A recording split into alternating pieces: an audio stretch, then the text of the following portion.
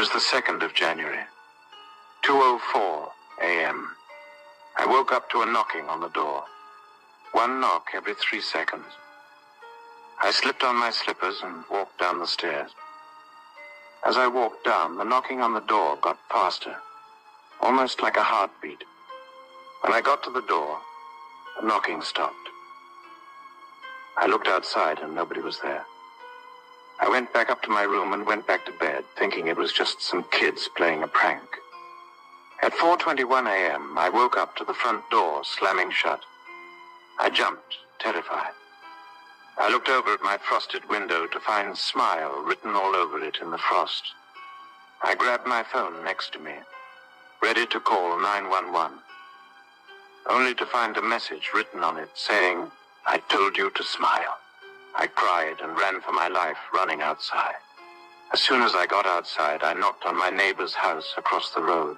They answered and held me while I sobbed. They phoned the police. At exactly 5:42, the police came to my neighbor's house after an extensive search of my house. They told me there had been no evidence at all of anyone in my house other than me. The messages on the window were gone. Same with my phone. They told me to get some sleep and advised me to see the doctor about stress and anxiety problems. That. I knew what happened to me was real. The following evening, after spending the day at my neighbor's, I went home. I went up to my bedroom and set up a camera. It was aimed at my bedroom door and my bed. I set it to record and went to sleep. Thankfully, I slept through the night. However, as I watched the footage, I couldn't believe what I saw.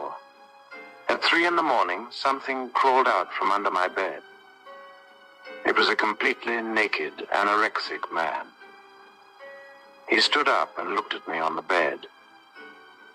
He did so for another hour, not moving at all. Then he moved. He walked over to the camera until his face took up the whole shot. He was extremely pale and had bulging veins all over his head. His eyes were completely black, with a huge smile on his face. He stared at the camera for another 2 hours, not blinking, just slightly twisting his head every now and again.